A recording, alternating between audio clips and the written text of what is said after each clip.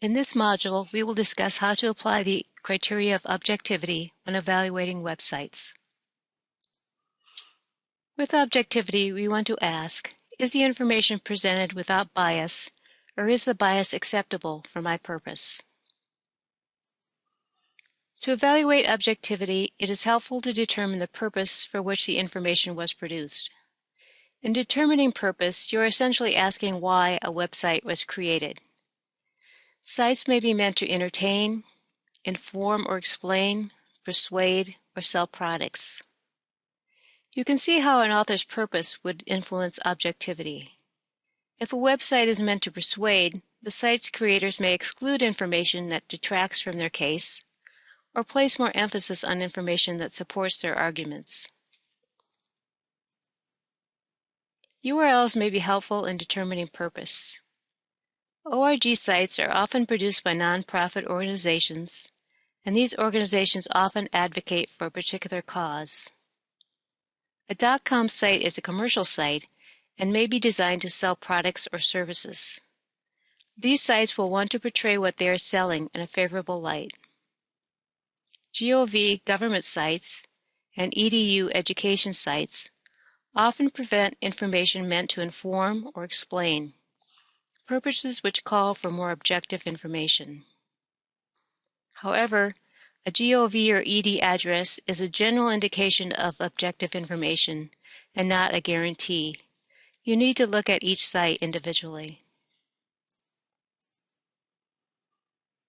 Evaluating websites' objectivity is more difficult with sites that have hidden agendas. Some organizations may design sites that appear to be informative or explanatory, when in fact they are expressing opinions or advocating for certain positions. You may choose to use biased sites in your research. The important thing is to recognize that the sites you are using are biased and to balance the information you find there with that and other sources.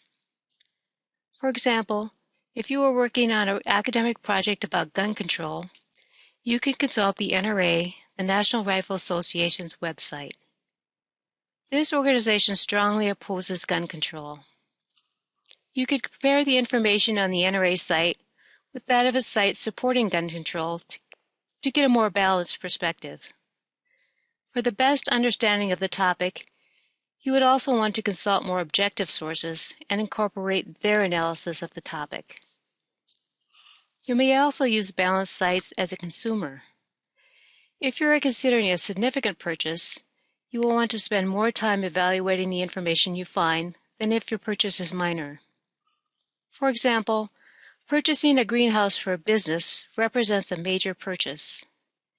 You may consult the website of a company that sells greenhouses. You will find information there that you can use, dimensions, material strength, price, etc. However, you know the information is biased. On its .com site, the company is presenting their products positively in order to make sales. You will definitely want to consult other vendors' websites to compare products, and you will want to seek out objective information, such as ag extension reports on the best structures for your climate. From these examples, you can see that research involves consulting a variety of sources and applying your analysis to what you find. Next, we'll look at two websites with information about homeschooling and evaluate their objectivity.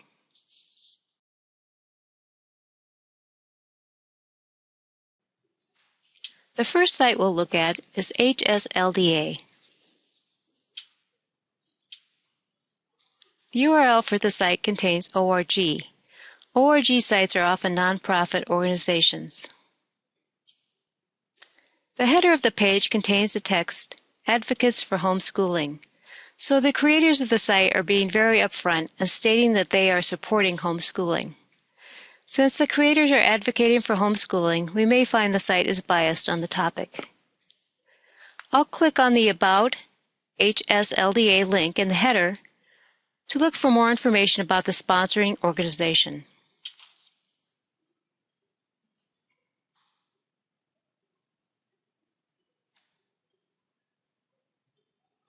The About page reveals that HSLDA stands for Homeschool Legal Defense Association. It's a nonprofit organization established to defend and advance the constitutional rights of parents to direct the education of their children.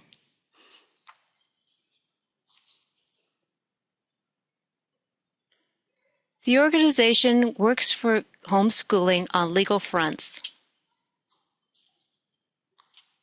It includes various areas of activity: Capitol Hill, state legislatures, and the media.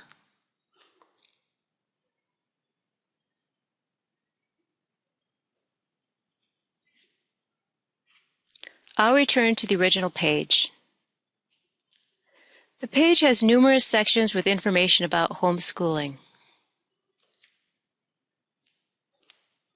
There's homeschooling news,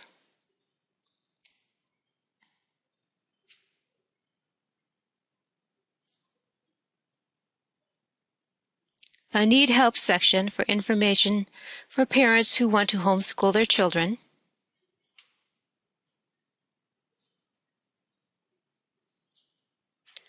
and a section for advocacy.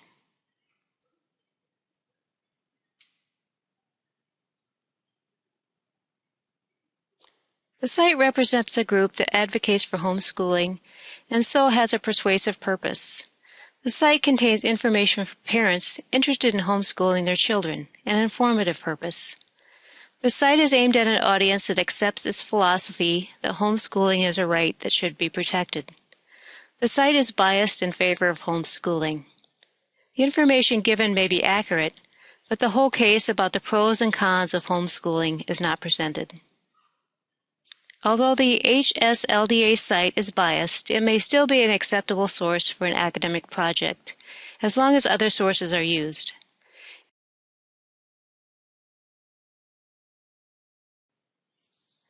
Now we'll look at the objectivity of another site with information about homeschooling. The URL for the site contains .gov, indicating it is a government site.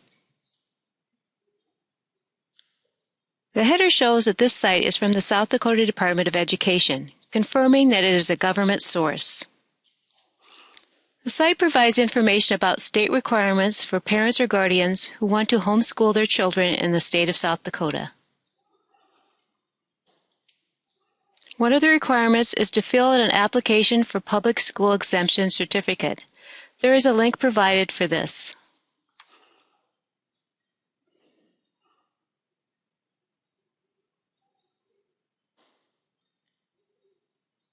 The site includes other information about parents' responsibilities, such as the need to administer tests in grades 2, 4, 8, and 11.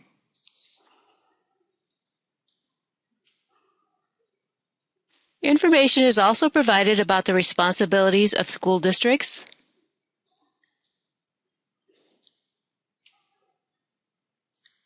the responsibilities of the Department of Education, and information about participation in interscholastic activities.